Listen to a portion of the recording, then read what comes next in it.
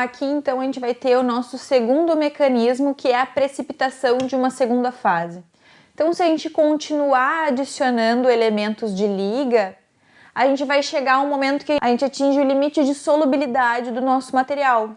Na medida que a gente atinge o limite de solubilidade, a gente então vai estar precipitando uma nova fase. Uma fase diferente no interior do nosso material, ele também vai dificultar o movimento das discordâncias, porque a nossa discordância ela precisa atravessar materiais diferentes para continuar deformando. Vocês conseguem perceber qual é o grau de dificuldade que essa discordância vai encontrar ao tentar ultrapassar a barreira entre uma fase e outra? A gente tem aqui na tela então um exemplo de uma liga chumbo-estanho. Ali a gente pode ver então, bem no canto esquerdo, apontado por uma seta em amarelo, então a resistência mecânica do material puro. E vocês podem ver que ela é a menor de todas, como eu comentei com vocês. À medida que a gente vai crescendo no gráfico, a gente vai se movimentando da esquerda para a direita, o segundo ponto, então, representado pela linha roxa ali, vai ser um acréscimo de resistência mecânica do material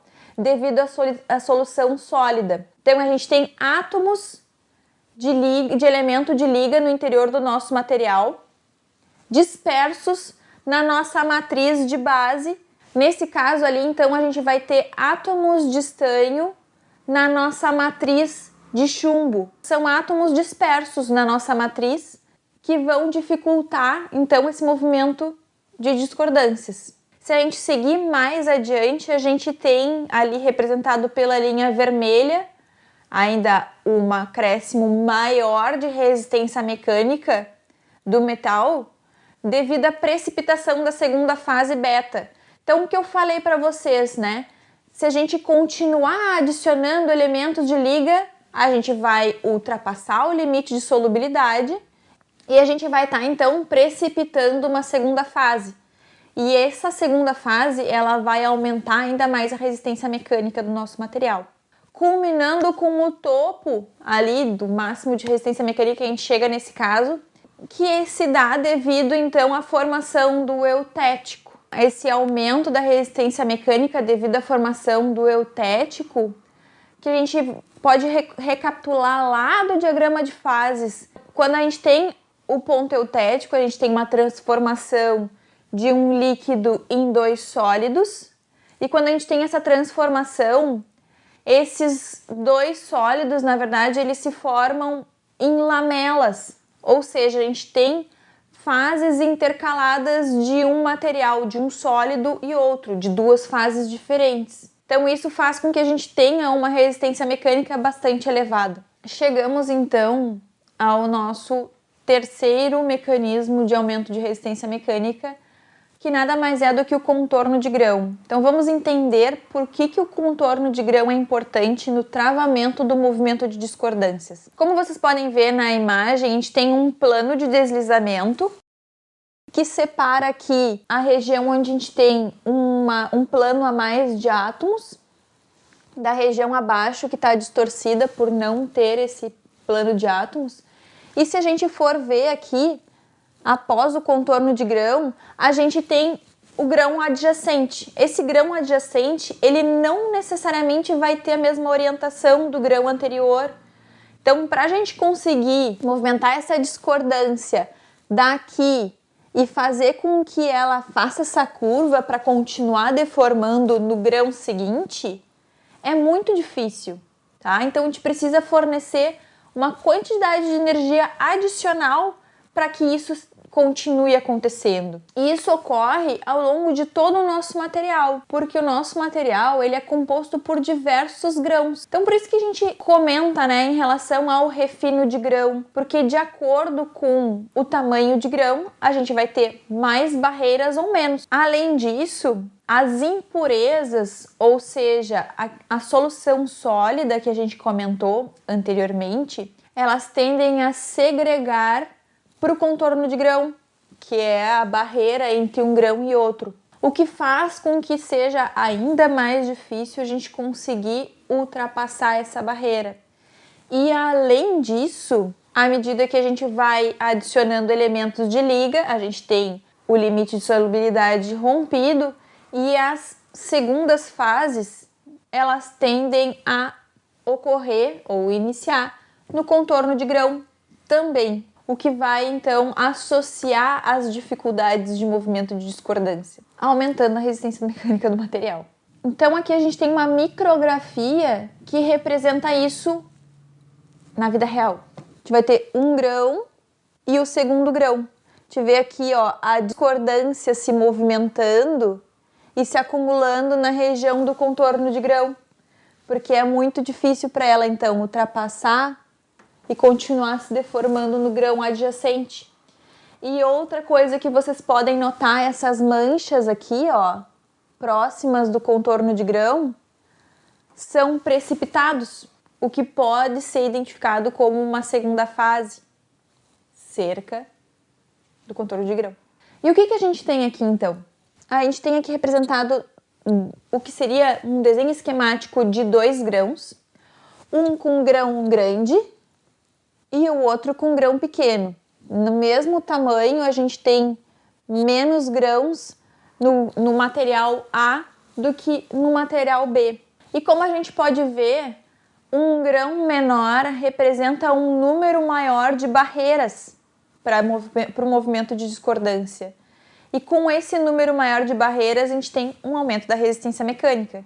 Então aqui, para fins de mecanismos de aumento de resistência mecânica, quanto menor o grão, mais descontinuidades para travar o movimento de discordâncias nós iremos ter. E isso vai ser explicado então pela equação de Hall-Petty, que vai relacionar a tensão de escoamento, né? Esses dois valores são constantes do material e o tamanho do grão. Quanto menor o tamanho de grão, maior vai ser a tensão de escoamento. Essa é a relação que a gente vai ter. Então, a equação de Hall-Petty vai relacionar a tensão de escoamento com o tamanho de grão em qualquer deformação plástica até a fratura dúctil. Então vamos para o nosso quarto e último mecanismo de aumento de resistência mecânica, que é a deformação plástica. Então, deformação plástica que a gente vai considerar encruamento, que eu falei para vocês já na aula passada, que a gente também conhece por trabalho a frio. Então, o que é o encruamento ou trabalho a frio?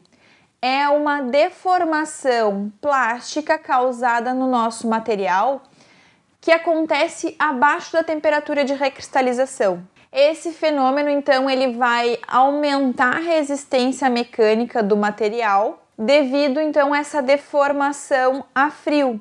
Então, a gente tem a deformação a frio modificando a estrutura interna do nosso material, gerando um aumento de energia.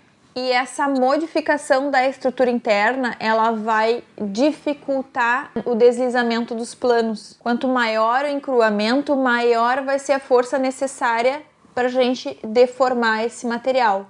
Que é o que eu comentei com vocês, que a gente conseguia visualizar lá no nosso diagrama tensão-deformação. Por que a gente tinha aquela rampa, aquele aumento grande da tensão, a gente poderia dizer até abrupto? Porque a gente tem um trabalho a frio acontecendo ali. A gente está deformando o nosso material à temperatura ambiente, ou seja, temperatura abaixo da temperatura de recristalização, e essa deformação faz com que aumente a tensão interna e dificulte o movimento das discordâncias. Contudo, esse trabalho a frio também pode ser utilizado para refino de grão. O frio ele pode ser removido, então essa tensão interna ela pode ser removida através de tratamento térmico. Depois a gente vai ver isso. Então aqui a gente vai rever uma imagem que já apareceu lá na nossa primeira aula, onde eu apresento para vocês um laminador que serve então para causar uma deformação no nosso material. Lembra então, o nosso material vem com espessura X, aqui a gente vai reduzir essa espessura ao passar esse material pelo laminador. Então aqui a gente tem antes da deformação, após a deformação. A gente já tinha aqui esquematizado como é que era o grão, né? O grão grande, né? Antes da deformação, e aqui ele vai ficar achatado. Ali a gente consegue visualizar na esquerda uma micrografia de como seria o grão antes da deformação Então, como vocês podem ver, inclusive a gente tem ali, ó, o contorno de grão, né? Cada grão vai ter a sua orientação específica e após passar então por uma deformação, uma redução aqui de 60%, então um grau de encruamento de 60%, a gente tem essa modificação no formato dos nossos grãos. Após a deformação, a gente vai ter grãos mais alongados e isso representa um aumento da tensão no interior do nosso material, sem falar das dificuldades inerentes do movimento das discordâncias. Então aqui esse trabalho a frio, ele gera um aumento da resistência mecânica. Como a gente pode ver, ó, o material normal recosido. O que é recosido? Ele passou pelo tratamento térmico de recristalização, tem grãos de tamanho uniforme. E à medida que a gente vai aumentando a quantidade de deformação a frio, ó, 20%, já temos um aumento, um acréscimo de resistência mecânica. 40%, 60%, 80% e 90%. Isso aqui é a tensão que está sendo aplicada pela deformação que está sendo medida. E o que a gente consegue notar também nesse gráfico? Na medida que a gente aumenta a resistência mecânica do nosso material, a gente está diminuindo a ductilidade. Então a gente tem uma perda de ductilidade e de tenacidade, por consequência, do nosso material devido ao trabalho a frio, porque se torna cada vez mais difícil da gente continuar essa deformação. Então, geralmente, o que acontece? A gente vai realizar um trabalho a frio e aumentar a resistência mecânica, a gente vai deformar o nosso grão e a gente vai fazer um tratamento térmico de recozimento. Após o tratamento térmico de recozimento, a resistência mecânica ela vai cair um pouco, mas com o refino do grão, ou seja, a gente vai estar diminuindo o tamanho de grão, a gente consegue ainda assim um aumento de resistência mecânica em relação ao material sem tratamento nenhum, sem deformação a frio, sem recozimento, com o grão grosseiro grande. A gente tem uma imagem legal que vai mostrar os efeitos da deformação plástica a frio nas propriedades de um aço, por exemplo. O que a gente tem aqui então é a estrutura original de grãos irregulares, o material deformado a frio. Aqui a gente tem a indicação do percentual de deformação a frio, tá? Então, a gente tem aqui a variação da deformação a frio. A gente tem o tamanho de grão, então ele tem uma leve diminuição do tamanho de grão. E aqui as propriedades, então a resistência mecânica do nosso material, ela aumenta consideravelmente. A dureza também aumenta. Como eu comentei com vocês, a energia interna armazenada aumenta também, e tudo isso aumenta devido a essa dificuldade que a gente tem de movimentação das discordâncias.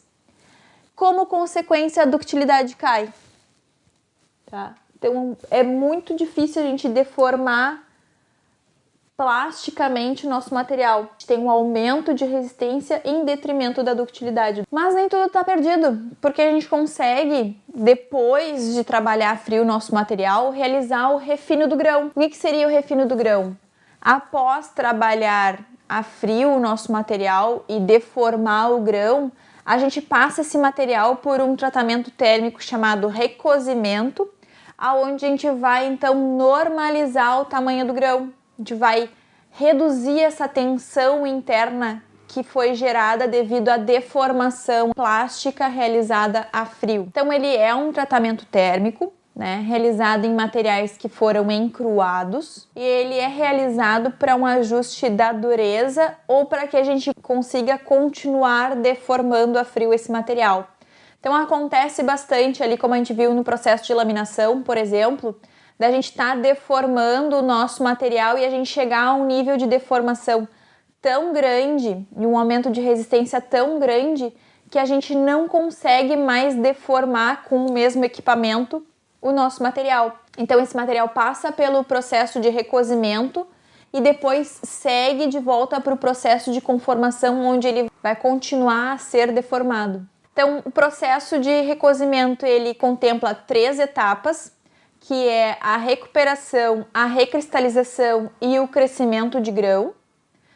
E a gente consegue ter uma ideia de o que acontece em cada uma dessas etapas através dessa imagem que eu coloquei aqui para vocês. Então, a gente tem o nosso grão lá em um momento inicial mega deformado, os grãos estão alongados. Após a recuperação, a gente vai ter uma condição de tensões um pouco menor. Na recristalização, a gente vai ter novos grãos, a gente vai recristalizar esses grãos.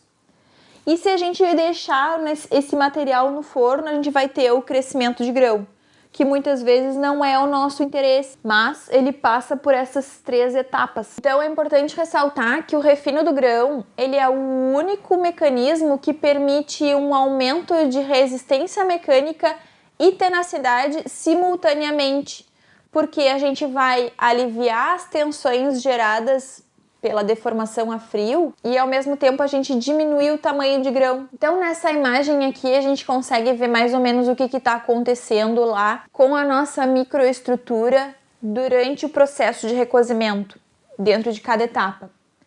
Então a gente consegue ver aqui, ó, essa primeira faixa aqui no início é a recuperação. Aqui no meio a gente tem a recristalização e crescimento de grão.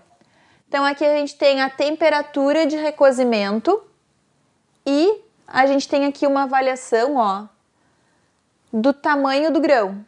Aqui na parte de cima a gente ainda está analisando a temperatura de recozimento e a gente tem 2 propriedades aqui que estão sendo representadas, que é a ductilidade e a resistência mecânica.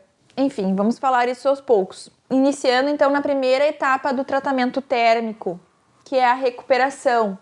Aqui no início, ó, a gente tem a recuperação onde a gente pode visualizar os grãos bastante deformados. O que acontece então na recuperação? A gente está aumentando a temperatura aqui, ó, de recozimento. E nesse início de aumento de temperatura, a gente já está promovendo a difusão.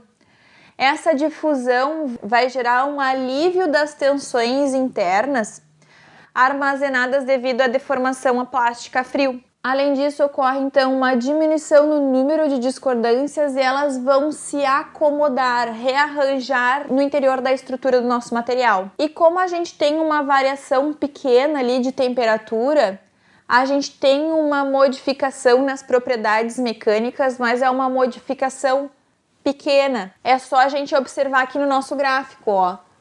A gente está falando aqui de ductilidade e resistência mecânica. A gente tem uma pequena variação da ductilidade e uma pequena queda na resistência mecânica. Já na segunda etapa, então, de recristalização, que as coisas começam a mudar realmente. Então, sob temperatura elevada, tempo e temperatura, né? Os átomos vão se reacomodar, o número de discordâncias cai ainda mais devido ao aumento da difusão no interior do nosso material e a gente tem a formação de novos grãos. Então, se a gente tem uma temperatura elevada e a gente dá um tempo suficiente para essa transformação acontecer, a gente vai ter a formação de novos grãos livres de deformação, ou seja, livres de tensão interna. E esses novos grãos são grãos pequenos, por isso que a gente fala que é uma forma de refinar o grão. Ainda dentro dessa etapa de recristalização, as nossas propriedades mecânicas, elas tendem a voltar ao estado original, claro, levando em consideração que a resistência mecânica pode estar um pouco mais elevada devido ao refino do grão, ao tamanho de grão estar reduzido. E isso a gente consegue identificar, ó, pelo aumento da ductilidade e a gente tem uma queda, né, em relação ao material trabalhado a frio. A gente vai ter então uma queda da resistência máxima. E aí é o que eu comentei com vocês, se a gente deixar o nosso material dentro do forno ainda a temperatura elevada ou elevar ainda mais a temperatura, a gente vai promover o crescimento de grão. E no momento que a gente promove o crescimento de grão, a gente viu lá, quando a gente falou de contorno de grão. Um grão grande, ele promove uma resistência mecânica menor do que um grão pequeno. Então, se o nosso material permanecer no forno a altas temperaturas ou por tempo suficiente, a gente vai ter então o crescimento de grão.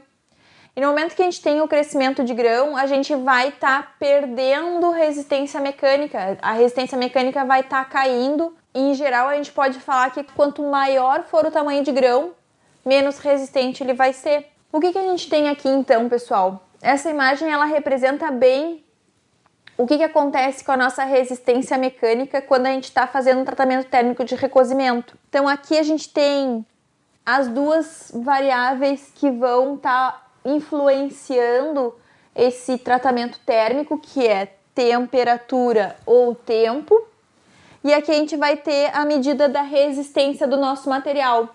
Então, como a gente pode ver lá em cima no início, a gente tem uma temperatura pequena e a gente tem uma queda muito pequena da nossa resistência, por exemplo, que é então na etapa de recuperação. Se a gente seguir dando tempo e temperatura do processo de recristalização, a nossa resistência e dureza pode cair consideravelmente. E aí, na medida que a gente vai estar dando tempo e temperatura, o crescimento de grão acontece e a gente também tem uma queda na resistência mecânica. Então, pessoal, aqui a gente tem o que acontece visualizando em micrografias. Se ficar difícil para visualizar aqui, essas imagens são do Callister. Vocês podem abrir lá no Callister, que vai estar mais fácil, talvez, melhor a resolução da imagem para vocês poderem visualizar isso com maior atenção. Então a gente tem aqui de novo aquela imagem do tratamento térmico, recuperação, recristalização e crescimento de grão e todas as fases que o nosso material vai passar. Então lá a gente tem o nosso material trabalhado a frio, bastante reduzido, a gente consegue ver as estrias de deformação, tá? No momento que a gente dá tempo e temperatura, a gente começa então a ver precipitados, né? Mais tempo e temperatura, a gente já vê novos grãos se formando, né? Até que a gente tem uma recristalização completa do nosso material. E se a gente der mais tempo e ou temperatura, a gente vai ter o crescimento do grão, tá? E aí a gente vai, muitas vezes, perder o nosso trabalho, porque a resistência mecânica desse material vai cair bastante. Então, pessoal, chegamos ao final da nossa aula e ao final do capítulo, tá? Então, encerramos aqui as propriedades mecânicas. Eu agradeço do fundo do meu coração a todos vocês que acompanharam. Antes de mais nada, espero que vocês tenham conseguido entender o conteúdo. Espero que tenham gostado das aulas. E muito obrigada! Se vocês tiverem alguma dúvida, não hesitem em entrar em contato por e-mail ou procurar a professora Nelise ou procurar os livros de referência. Obrigada a todos vocês pela atenção e até a próxima!